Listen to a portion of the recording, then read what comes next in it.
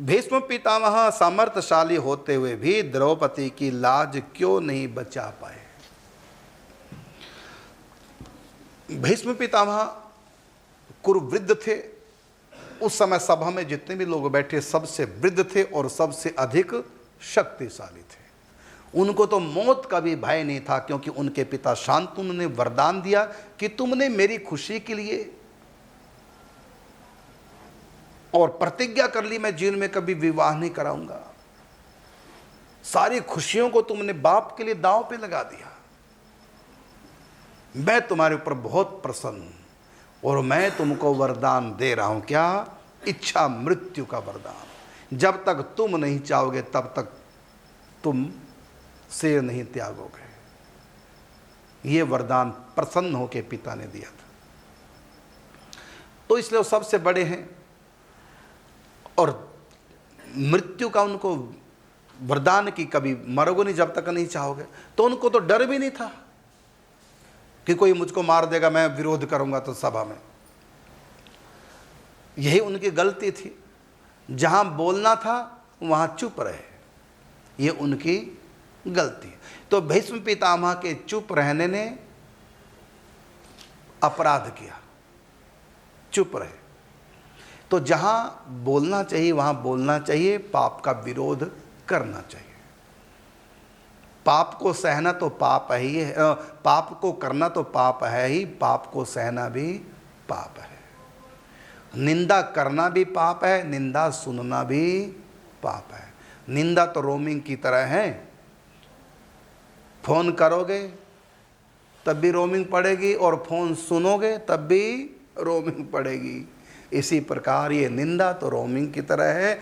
आप करोगे तब भी इसका चार्ज देना पड़ेगा, अर्थात पाप लगेगा, भोगना पड़ेगा। और सुनोगे निंदा तब भी भोगना पड़ेगा। इसी प्रकार पाप ना होते देखो तो विरोध करो या उठ के चले जाओ। जैसे विदुर जी चले गए महाभारत युद्ध में, विदुर जी नहीं आए, चले गए।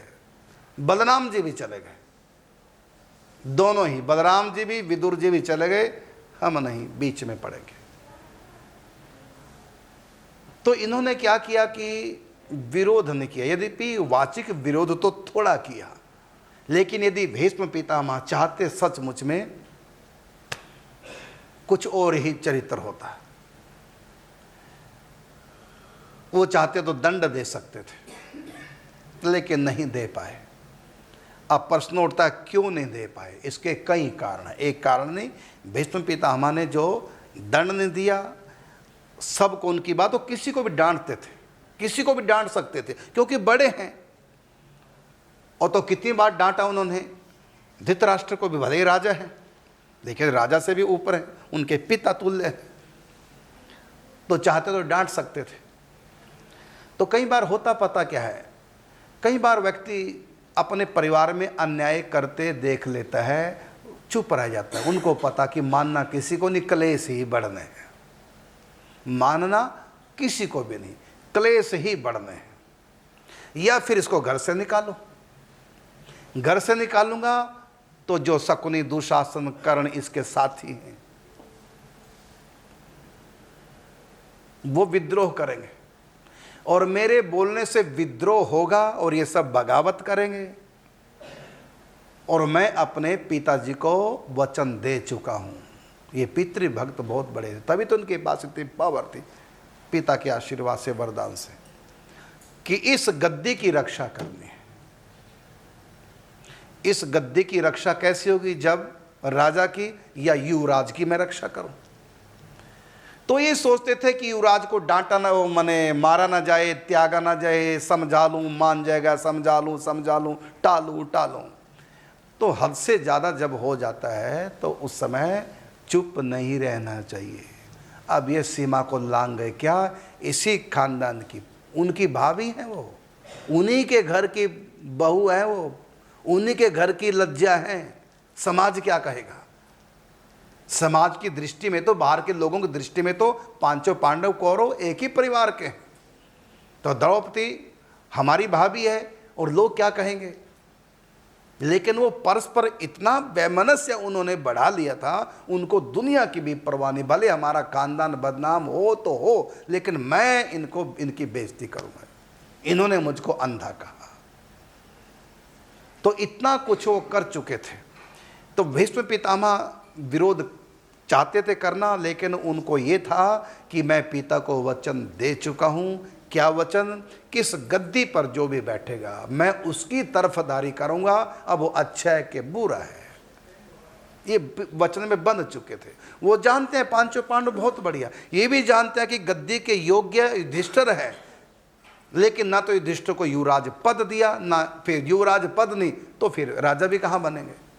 अब अच्छे हैं युधिष्ठिर और अंदर से साथ भी उन्हीं को दे, आशीर्वाद भी उन्हीं के साथ है मेरा, लेकिन क्रियात्मक रूप से मुझको दुर्योधन का साथ देना है, दुर्योधन का साथ देना पड़ेगा, क्योंकि मैं वचन में बंध चुका हूँ। और वही उनको दंड भी मिला उसका। जीवन भर अपमानित रहे, खाना खाएंगे सो सो जूत, तमाशा घुस के देखेंगे।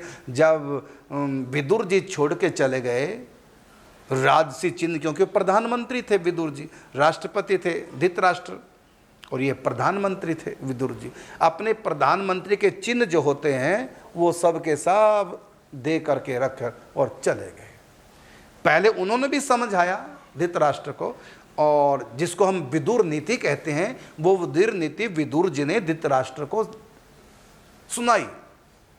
वही विदुर नीति के रूप में महाभारत का एक खंड है, एक अंश है।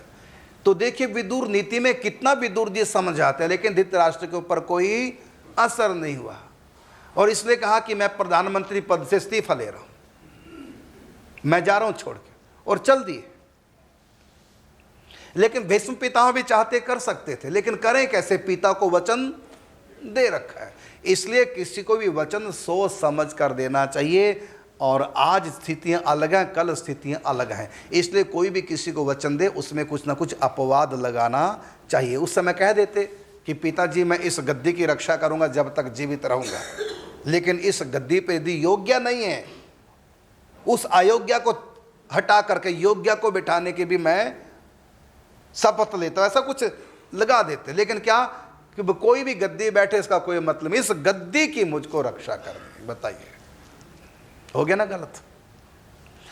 बस उनको अपना वचन ज्यादा प्यारा था,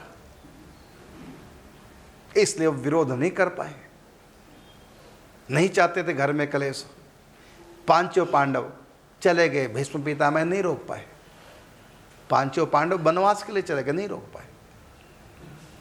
द्रौपदी चाहती तो जिस समय उसका चीर हरण हो रहा था श्राप दे सकती थी, लेकिन आकर गंधारी तुरंत बीच में आ गई कि तू श्राप नहीं देना मेरे बच्चों को। वो भी पतिव्रता थी, उसको पता है कि द्रौपदी भी पतिव्रता है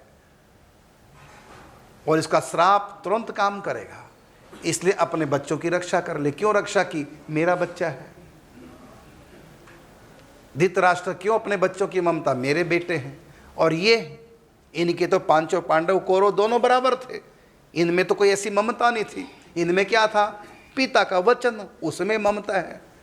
रघुपति कहो रीत सदा चली आई ना, रघुकुल रीत सदा चली आई, प्राण जाही सब पर कहते हैं, पर नहीं है, बरु है, बरु। प्राण जाही बरु वचन न जाए, लेकिन सब कहते हैं प्राण जाही पर